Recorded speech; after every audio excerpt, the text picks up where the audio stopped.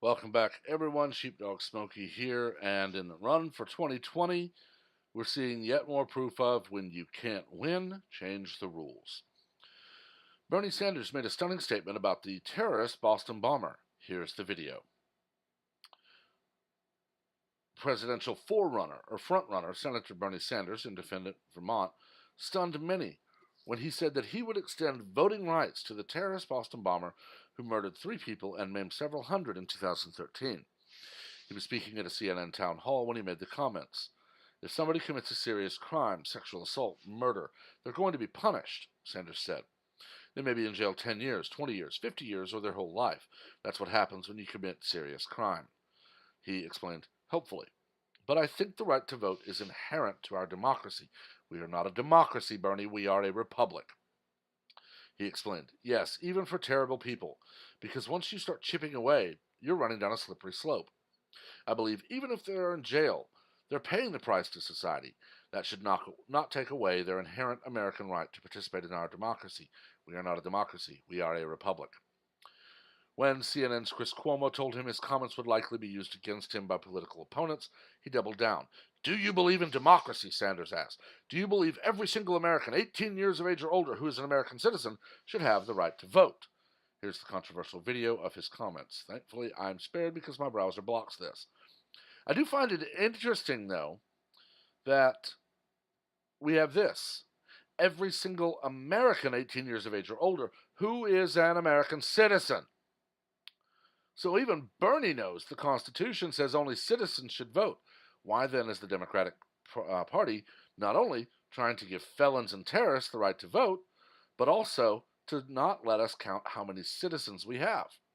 But Bernie's not the only one doing this. Kamala Harris, we should have a conversation if Boston bombers should get to vote from death row. In May 2015, a jury reached a verdict in the penalty phase of the Boston bombing trial. Killer, I can't even say that, was found guilty in all 30 charges. He was sentenced to death. 3 people were killed in the Boston Marathon bombings in 2013. On Monday, in her town hall, Kamala Harris said we should have that conversation about allowing the Boston Marathon bomber to vote from prison. This is just plain nuts. There is no position too radical for today's American Democratic Party. And one, I will say, please don't say that, because when you tell them there's no position too radical, they will make you go, oh dear God, they went further.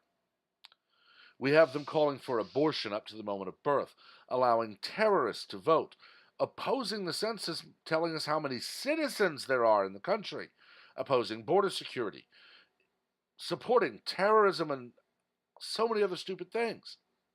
But this to me is, like I said at the beginning, just another example of when you can't win, change the rules. Democrats are panicking as they watch hundreds and thousands of people joining the walkaway movement and the Blexit movement. They're seeing people wake up to the simple fact that the Democratic Party does not care about you or I in any way or at all.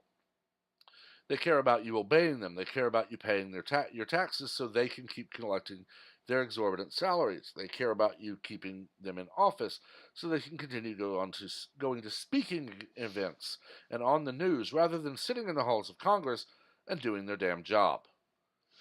This, to me, is just insane. We have long held that certain crimes at and above a certain level of severity strip you of your right to vote. Period. Felons do not vote. We have states already undoing that, saying, I'm going to let these felons vote. And they're doing it because they know that, by and large, felons vote Democrat, because Democrats don't do anything to reform any system to allow these people to get meaningful jobs, so they're on welfare. And then Democrats protect the welfare state. Republicans want to put you back to work. They want to give you a way to feel meaning in your life because you have meaningful and gainful employment. And they don't want that. So this is just the next move. We're soon going to hear that we should not shame sex offenders, and more and more. I've made references to George Orwell, Aldous Huxley, and Ray Bradbury multiple times. This one is really just going to be an Aldous Huxley move. Because in Brave New World, anything and everything you wanted to do it. I have a copy that I have actually 2 or 3 copies. Uh, as long as you promise to send it on to someone else, I'll be happy to send you one of my extras. If you read that book, or if you've read it though, you'll know that children are no longer born. They are engineered in test tubes, and it is a caste system.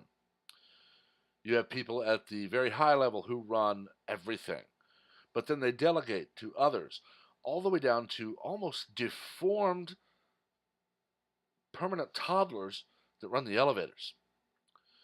And it's a very racist book because it was written in a very racist time in the world, the precursor to the civil rights movement, but you'll see that.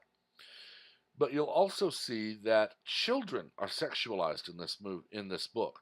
Sex is treated as just a diversion. Abortion is no longer a choice; it is a requirement. Any woman who gets pregnant must have an abortion.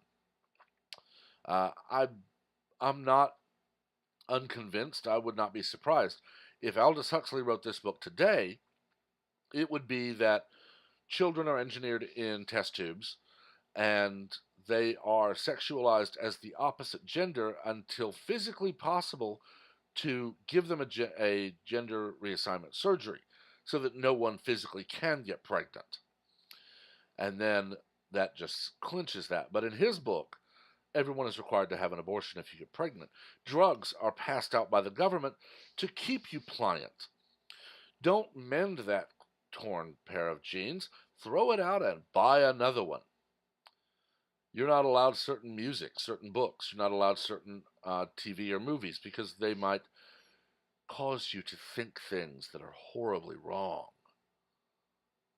But then also in this book, you get the story of the backward people who live in a backward area, happens to be in the southwestern United States, where at one point, one of the alphas, who conveniently don't have to obey the rules, took a woman with him to study them, got separated from her and left her, and she was pregnant and gave birth, although she clings to the old ways. As soon as another person goes to visit, doesn't leave the girl he takes with him, they bring the mother and child home. The mother ODs within days. The child cannot assimilate and ends up running away. This is the world Democrats envision, although with heavy use of Orwellian control and Bradbury's censorship society from Fahrenheit 451, that we're steamrolling toward a world where freedom is not even a memory. So the next time you see one of your Democrats, make sure and tell them, "Hi, Loki, I like my freedom. I'm not giving it up." See if they get the joke. I doubt they will. A few of them might. There are some people under the age of 50 in Congress still. But I've talked about this long enough. Make sure to let me know what you think. Keep your comments civil. Keep the jokes to a minimum about certain things. But we don't learn from argument. We learn from debate, which is why I don't really I don't like to block or hide, but if you can't be civil, I will. As always, make sure to like, comment, and share this video, as well as to subscribe and activate notifications so that you're among the first to know of new content as it is posted. Until next time, everyone have a wonderful day.